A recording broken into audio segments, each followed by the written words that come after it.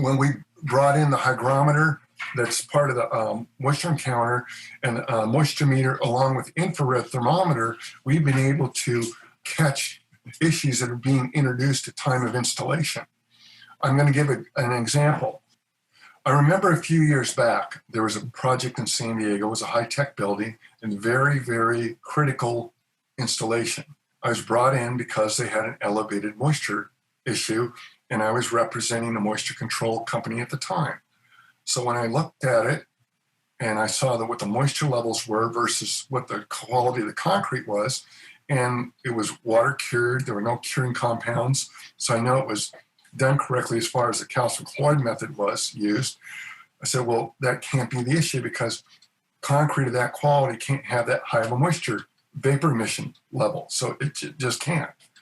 So I think it's coming from the air, the ambient conditions. And so we were debating that, and there was 8 of us in the room. Well, thankfully I had the hygrometer on with the Tramex meter, and I left it on while we were talking. When we started the meeting and walked into the room, the relative humidity was only 52%. When we finished talking, it climbed all the way to 78%. I said, now I'm absolutely convinced that's what it was. It's created by the ambient conditions. So let's recreate the installation, see what happened. So they decided to do that. So they brought in the installer, same exact flooring materials, and we started, and the relative humidity was a little higher. It was about 55% when they started. Well, when they finished spreading the adhesive, the relative humidity in the room climbed all the way up to 90%. Wow. It was a water-based adhesive. So they put the floor down, and predictably it failed. Because what happens is the concrete was cooler than the room. Water moves to the cool side.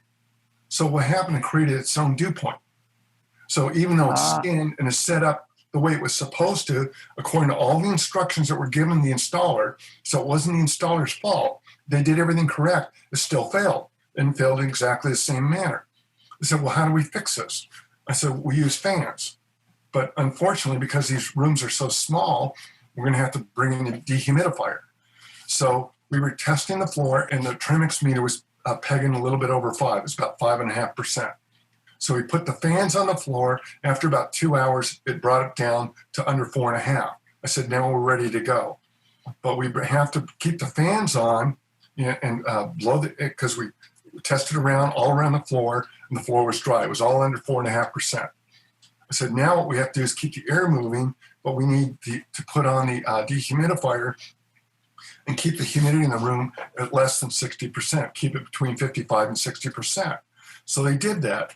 And as they spread the adhesive, let it tack up, they put the floor back down, it was so well adhered that they were just storing the floor trying to do the pull test. They couldn't get the floor. Really? So exactly the same conditions, just by controlling the relative humidity in the room, completely cured the problem. Now, to show you how important that was for this project, a shutdown for this project, there were 12 rooms, was $1 million per day per room if they shut it down. Goodness. That's how high tech this thing was. So this is big stakes. So they went ahead and duplicated that effort in all 12 rooms. It went perfect. So even though I was selling a moisture control at the time, said, this is not a moisture control issue. We could have slapped our magic juice down here and would have seemed to have corrected the problem, but we would have fixed nothing.